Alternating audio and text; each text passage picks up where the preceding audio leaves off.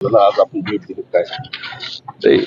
ही जी घटना घडली होती जवळपास 10 एक महिने या प्रकरणाला इथं झालेले आहेत.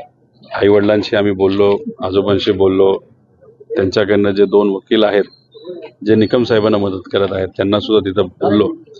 या केसमध्ये आपण जर बघितलं, एक तर दुर्दैवी घटना घडली होती. 3.5 वर्षाची मुलगी, तिच्यावर अन्याय करून तिला फार विचित्र पद्धतीने मारण्यात आलं होतं. आणि ती घटना घडल्यानंतर एक तर अन्याय झालाच त्या मुलीवर आणि या परिवारावर, पण गावाली सहकार्य केलं, तालुक्याली सहकार्य केलं, पोलिसांनी सहकार्य केलं. आणि असे जे वकील आहेत, हे सर्व वकील ठाकरेताई असतील आणि अजून एक वकील आहेत, या सगळ्यांनी मिळून खूप चांगलं सहकार्य केलं. केस नक्कीच फास्ट चालू आहे, कारण का मी ज्या इतर महाराष्ट्रातल्या केसेस बघितल्या फार मंद गतीने चालू आहेत.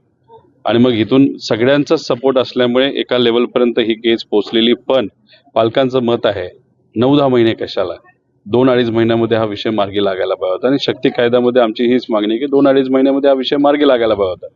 दुर्दैव असं जे इथं आल्यानंतर मला कळालं, जे जज शपथ घेतात की कुठल्याही व्यक्तीला कुठेही पक्षपात न करता आम्ही न्याय देऊ, असे सुरुवातीला जे जज पॉस्कोचे होते या प्रकरणामध्ये, ते ठाण्यामध्ये एका पैशाच्या केसमध्ये, ते सुद्धा पॉस्कोच्या केसमध्ये पैसे घेऊन पीडिताच्या विरोधात तिथं निकाल दिला. अशी काहीतरी हायकोर्टचा एक जो एन्क्वायरी झाली होती त्यात ते सापडले.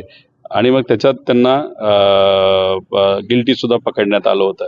मग जजेस सुद्धा असं होऊ शकतात हे या केसमधून मला कळालं.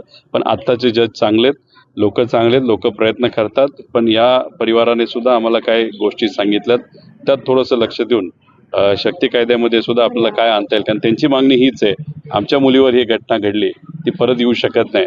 पण पुढे जाऊन कुठल्या मुलीवर ही असा अन्याय होऊ नये याची दक्षता आपल्याला चांगल्या कायद्याच्या माध्यमातून घेणं फार महत्वाचं आहे. दादा, वर्ष जात आहेत, वर्षभरात अनेक महत्वाच्या या बाबतीच्या घटना घडल्या. आज पुण्यात देखील एक मोठी घटना घडली.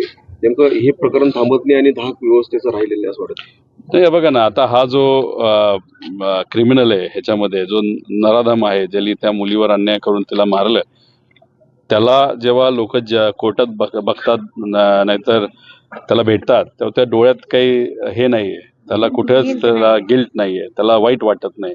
तसंच मी ज्या ज्या ठिकाणी गेलो तशीच ती परिस्थिती आहे. काय इथं तर परिवारच संपून टाकतो असं सांगण्यात येतं, भीती दाखवली जाते. इथं सुद्धा काही लोकांना खरं तर साक्ष द्यायची होती, पण कुठेतरी एक भीती होती की खरंच द्यायचं नाही द्यायचं. त्यामुळे अनेक लोकांना इच्छा असून ते पुढे नाही आले. त्यामुळे ही जी भीती आहे ना, ती योग्य नाही. अशा भीती कुठेतरी निघून गेल्या पाहिजे. आणि अशा लोकांना काही राजस्थानच्या केसेस आहेत, काही जळगावला सुद्धा एक केस फार पूर्वी घडली होती असं आम्हाला कळतंय. 2-2.5 महिन्यामध्ये निकाल दिला गेला आणि फाशी द्यायला लावली.